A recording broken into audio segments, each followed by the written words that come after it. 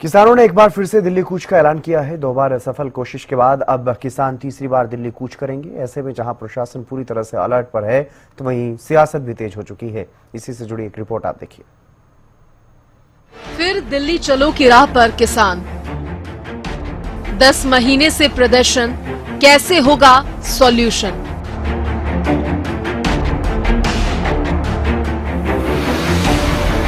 पहली कोशिश नाकाम रही, दूसरी कोशिश में भी कामयाबी नहीं मिली और अब किसान दिल्ली कूच के लिए तीसरी कोशिश करने जा रहे हैं। शंभू बॉर्डर पर करीब 10 महीने से धरने पर बैठे किसानों ने एक बार फिर दिल्ली कूच की तैयारी कर ली है।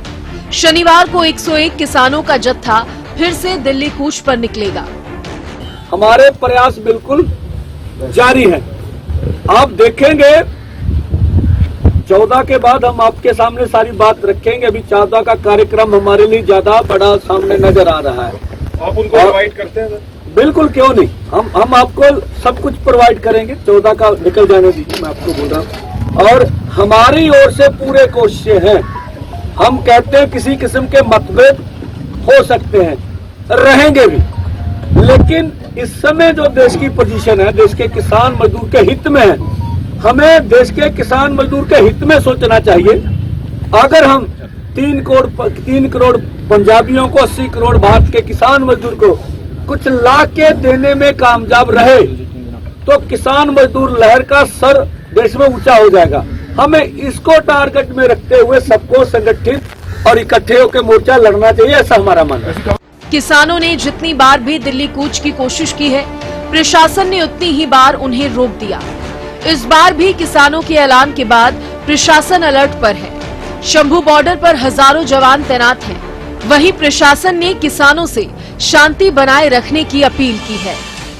शंभू बॉर्डर के रिगार्डिंग सुप्रीम कोर्ट में मामला चल रहा है और माननीय सुप्रीम कोर्ट ने भी जो है वहाँ पे जो है यथास्थिति बनाने के निर्देश दिए हैं। साथ ही साथ दिल्ली के लिए जो उन्होंने परमिशन मांगी थी वहाँ पे धरना देने, वो भी उनको मिली नहीं है। तो इनको देखते हमने पहले भी उनसे रिक्वेस्ट करी थी कि आप जो है अभी दिल्ली कूच ना करें, और अभी भी हमारी यही रिक्वेस्ट है कि अगर आपके पास वो रिक्वायर्ड परमिशन है तो आप ज़रूर जा सकते हैं, बट अगर नहीं है तो फिर हमें जो है उनको वहाँ पर रोकना पड़ेगा। किसानों के मुद्दे पर देश में सियासत भी एक बार फिर गर्मा गई है। हरियाणा से लेकर संसद तक किसानों को लेकर सियासी हंगामा पसरा हुआ है। हरियाणा के मुख्यमंत्री नायब सिंह सैनी ने जहां पंजाब सरकार को नसीहत दी है, तो वहीं बीजेपी की राज्यसभा सांसद किरण चौधरी ने राज्यसभा में किसानों के मुद्दे पर विपक्ष को जमकर घेरा। पंजाब सरकार से निवेदन भी करेंगे, क्योंकि पंजाब सरकार डल्लेवाल जी की चिंता करे और उसको कहीं न कहीं मेडिकल सुविधाएं उपलब्ध कराए, क्योंकि आदरणीय मोदी जी ने जो किसानों के हित में पिछले 10 वर्षों में काम किए, वो गजब के काम किए। हम हरियाणा के अंदर किसान की 100% फसल MSP पर खरीद रहे हैं। पंजाब को भी खरीद लेनी चाहिए।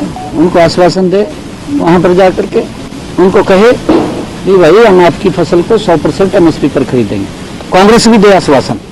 कांग्रेस की सरकार हिमाचल में है, कांग्रेस की सरकार कर्नाटक में है, कांग्रेस की सरकार तेलंगाना में है। राजनीति मत करे, वो तो राजनीति में लगे हुए हैं।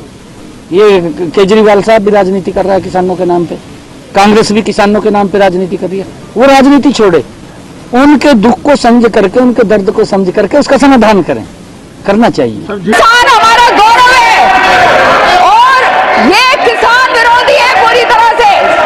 एक किसान का बेटा जो संवैधानिक पद के ऊपर बैठा हुआ है, इनको बर्दाश्त नहीं हो रहा।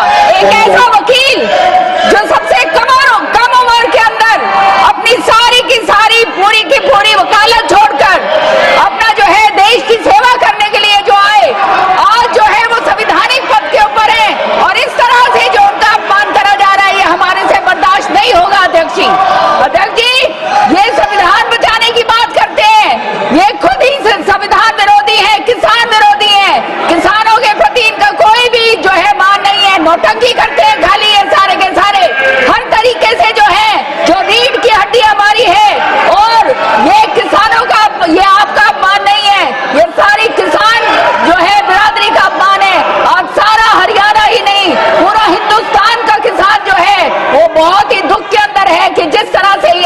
कर रहे हैं। किसान अपनी 13 मांगों को लेकर लगातार दिल्ली कूच पर अड़े हैं और केंद्र सरकार से बातचीत की मांग कर रही है। दूसरी ओर प्रशासन किसानों को मनाने की कोशिश कर रहा है। ऐसे में अब देखना ये होगा कि किसान और केंद्र सरकार के बीच कब तक सहमति बन पाती है और किसानों पर जारी सियासी संग्राम कब थमता है। News desk, Haryana news.